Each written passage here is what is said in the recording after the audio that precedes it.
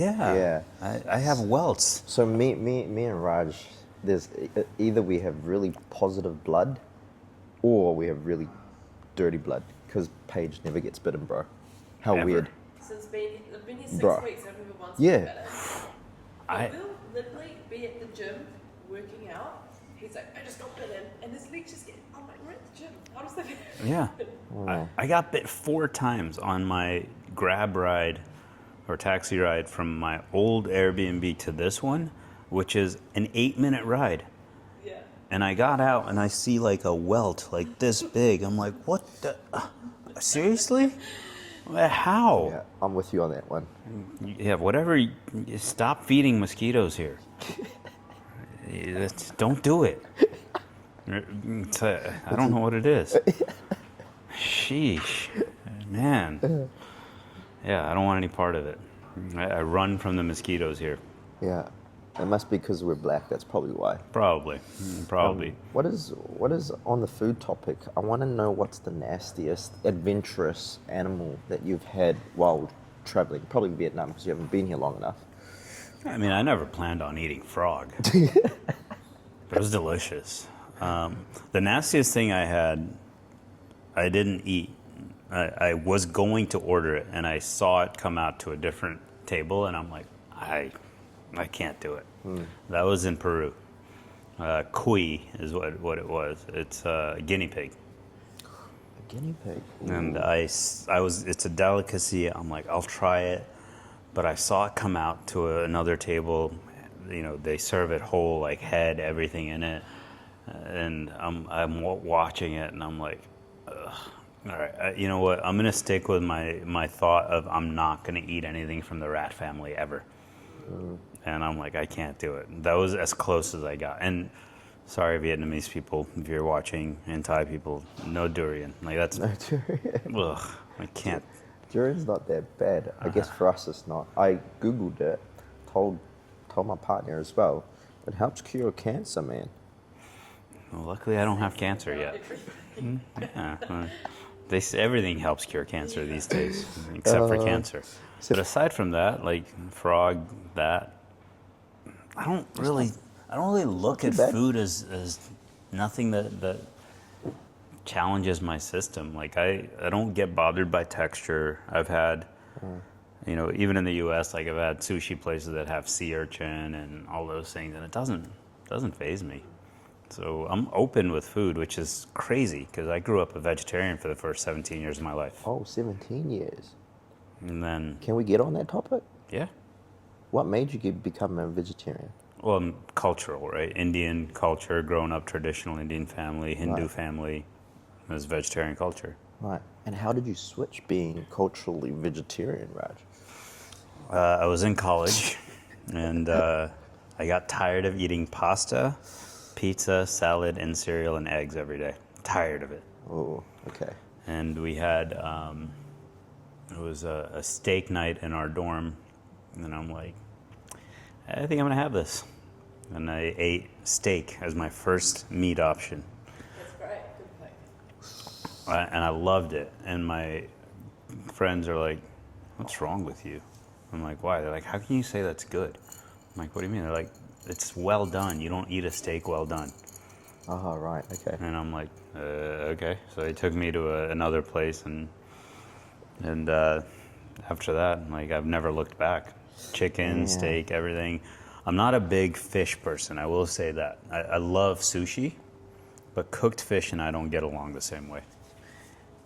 So with Vietnamese food, I do avoid a lot of the seafood options. Right. Okay. Except for shrimp. Shrimp I can Shrimp. do. Okay. Lobster? No go? Okay. I have this thing with lobster and crabs. I was like, I don't want to work. Yeah. I you want to gotta work. eat. Yeah. I'm And with so, you. yeah. That's why you get a Vietnamese wife. Who'll always take it out for you and feed you. So, No. wow. That's the honest truth. The wives? Vietnamese woman. They Or will if they feed you. become your wife, they always feed you and they'll peel it. Well, I'm not Vietnamese, so. You just open that can of worms yourself. So. Yeah. No, the food culture here is, I can see they eat everything and I love it. I just don't have to eat the seafood or whatever, but It's just open. And by the way, if you're vegetarian, you're going to be blown away by the number of vegetarian options here. I'm shocked how many vegetarian and vegan restaurants there are. Yeah. Shocked. Have you seen halal as well? I've seen one halal restaurant, yeah. Only one? Yeah. But I don't look for it. The vegan stuff jumps out at me. Right. Good point. Just shocked. And I even saw an Uzbeki restaurant. There's 3. Uzbekistan restaurants in Da Nang, Vietnam. Like, who would have thought that? And there's a ton of Indian restaurants, ton of Korean restaurants. I had the best Korean food I've ever had, and I went with a new friend of mine who's Korean. Yeah, he's Korean. He's from Korea. He emigrated to the U.S. at age 10 as well, and we went to this place. Can I name it? Yeah, because I'm keen to go. Golden Meat House. It's not far from where we are right Yeah. now. All the beef that we had was Wagyu cuts. We had pork. And he's like, this is authentic. They cook it for you, in front of you. So good. And we finished it off with rice mixed with eggs and kimchi. I can go back there right now if I wanted to.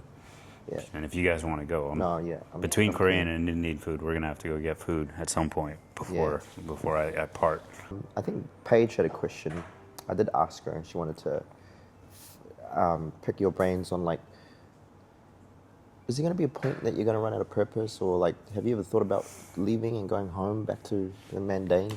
No, not really. There have been times where I've been perhaps at an Airbnb that wasn't phenomenal, it wasn't great, where I'm like, man, it'd be nice to have some of the home creature comforts.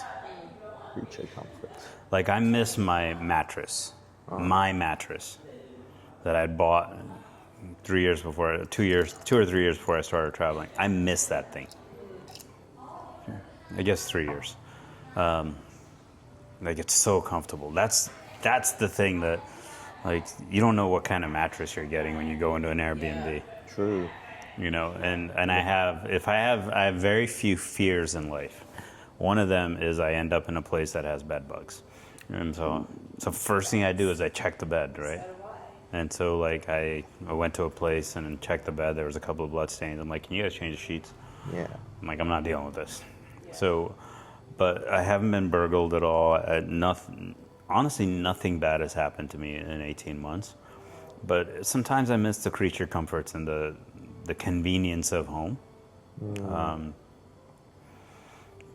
And having variety of stuff. That's about the only thing I've missed.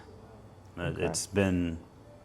And I think part of it's just I've had this openness to just seeing what's here, what's there, and so, and as far as it's different for women, but I've never not felt safe.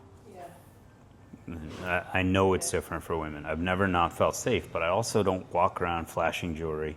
I don't walk around with my phone in my hand, like expecting something. Take this off. Dump that. Sorry, Sam. Yeah, and I don't walk around. This is a very safe place, I feel. Da Nang and Chiang Mai as well. But in other places I've been, I don't walk around scared, and I think that makes a difference in terms of being burgled. Like, if you walk around skittish, people are going to be like, that's a target. I walk around with a level of confidence and a level of, you really don't want to mess with me.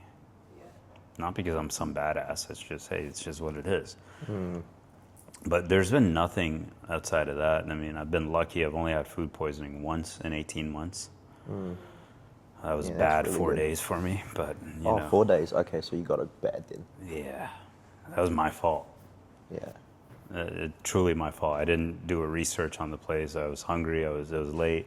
It was Thailand, and I'm like, I'm just gonna order Grab. And it turns out it wasn't like a restaurant. It was like a side vendor type thing, and I'm like, damn it. And I even knew it. Like, I remember taking like the second or third bite. There's a piece of chicken that felt chewy, and I'm like, I don't think this is cooked, but I ate it anyway. It's my fault. No, I haven't truly wanted to go home, and especially right now, I don't even know what home is. Yeah, so that's what I think that's where my question came in, and I think yours was a little bit different on that aspect. But was there any point in times where you're like, I've run out of purpose, it's time for me to go home?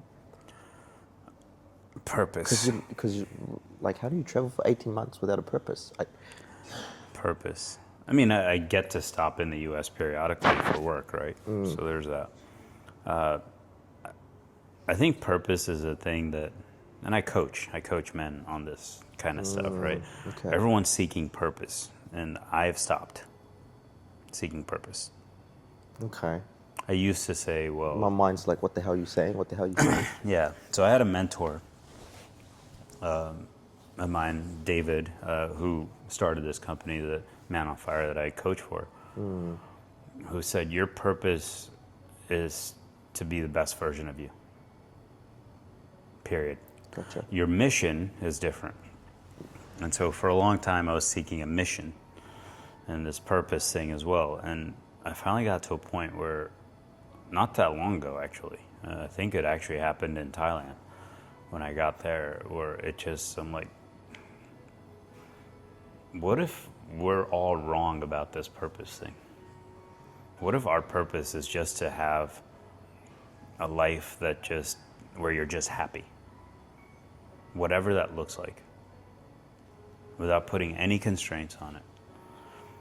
And then I really started to dig into that, and I'm like, that's all I want. I just want to be happy. And so just last week, I don't do touristy things, but every now and then I do.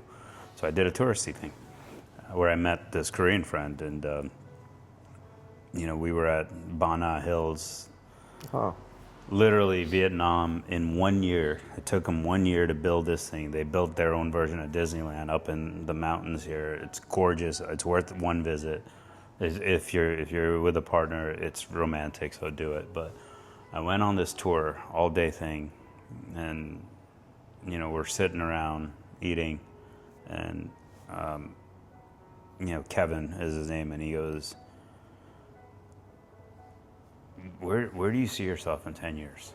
You've been doing this for a while. And I'm like, I don't know, and nor am I worried about it.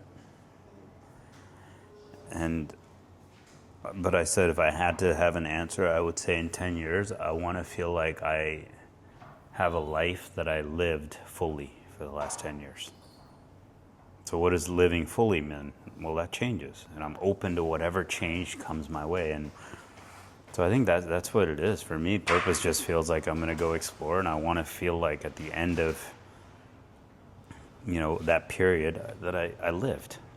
I didn't have all these things of what ifs and this.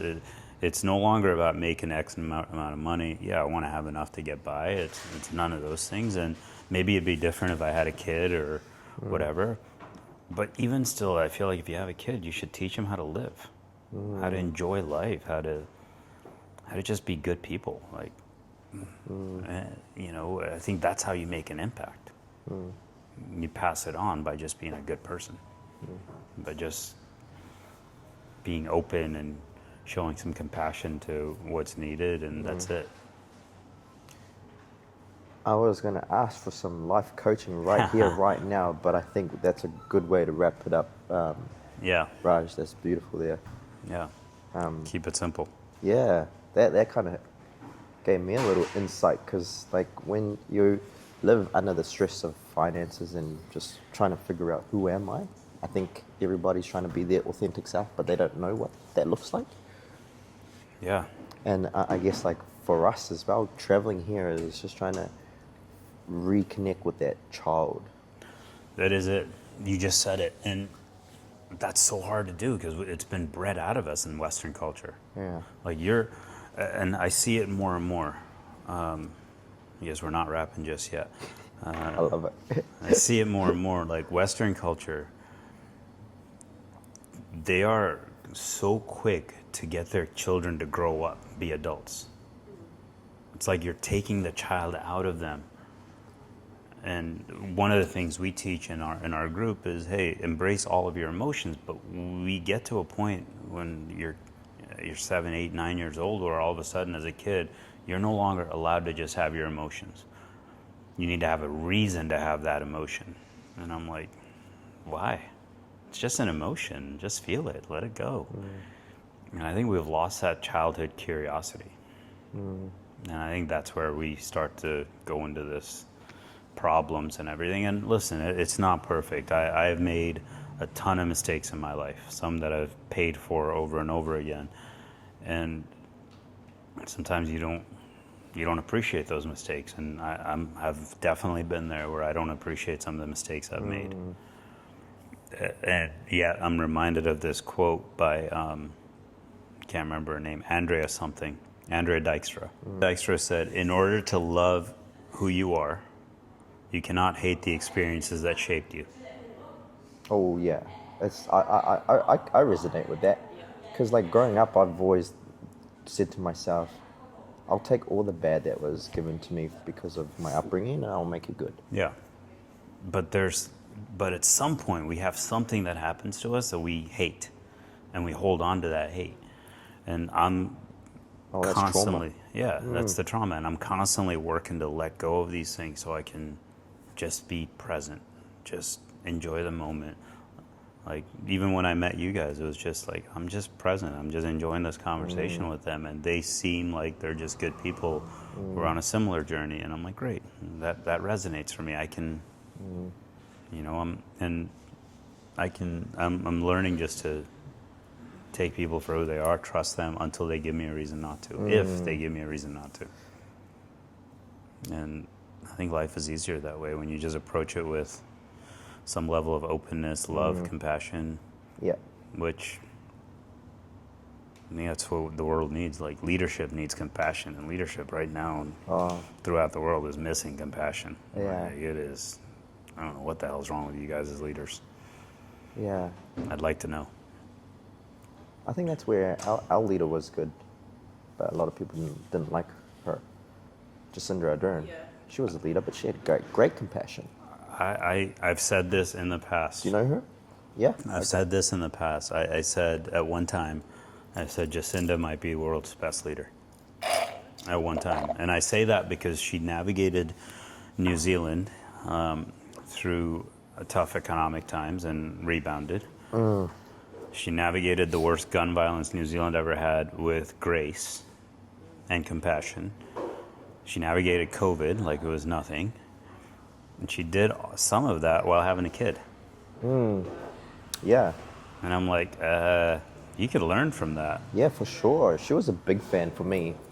I'm not a political guy, but like you could just see her aura and see the actions that she did. Yeah. And she's just been on Americans' TV shows, like for a president, and she's funny too. Yeah. So I think she's an amazing leader, and we can learn from her. And nice. throughout time, like if I look at in my opinion, the greatest leader of all time has always been Nelson Mandela. But yeah, Nelson Mandela to me was the greatest leader. Like how he united that country through hate, through everything, through imprisonment. 28 years in Robben Island, comes out with compassion for his prisoners. What? Yeah. Amazing, absolutely amazing. And he had said, he wanted to see a united South Africa, and it's a dream that he hopes to see, but it's a dream that he's willing to die for. Like, holy cow. Okay, I can get behind that. I heard you say about languages and how Vietnamese is so hard, but now, Raj, you seem like a very smart, intelligent man. I want you to at least say a few Vietnamese words that you've learned. Pho. Nah, not good though. Come on, Okay, which is thank you. yeah, Xin Chao, which is hello. okay. I think those are the two that I really connect to the easiest. I mean, it's the food that I connect to. Pho, bun bao, bun sale, bun bo hue. Like, that's easy. Yeah, okay. Yeah, I think it's just a tonality. That having 6 different tones in a language is a lot. Thai is 4 tones, and that's difficult. Right? So I'm sure if I stayed here for 3 to 6 months, I'd pick up a lot of it. Yeah, this is only 3 weeks in the game in Vietnam, so that's good. Yeah, that's good. Trying. Yeah. Okay, probably to wrap it up, I'd like to see where you're going to end up with this travel. Like, do you have an intention with this travel? Where can we see you in another year from here? It might be here. Yeah? It's possible. I know I'm going to Japan next, which I'm excited for. I love Japanese culture. I know I'm going to end up in New Zealand and Australia at the end of the year. Cool. Your, well, maybe former home, who knows? And I know I want to go see Africa. I've never been, and that's high on my list. Beyond that, I don't know. We'll see where it goes. Okay, cool. To be continued. Raj, man, pleasure. Great, Thank yeah, you for you this. too. Yeah, Appreciate great it. meeting you guys. Her name. She said, what is it? I'm gonna have to look it up. 'Cause I You're don't- lucky I can trim this. Yeah, right. I figured you could trim it before you guys take over my apartment. I'm convinced that's what's happening. So. Has there been a point in 18 months where you've thought, I'm ready? That was the same question, but okay.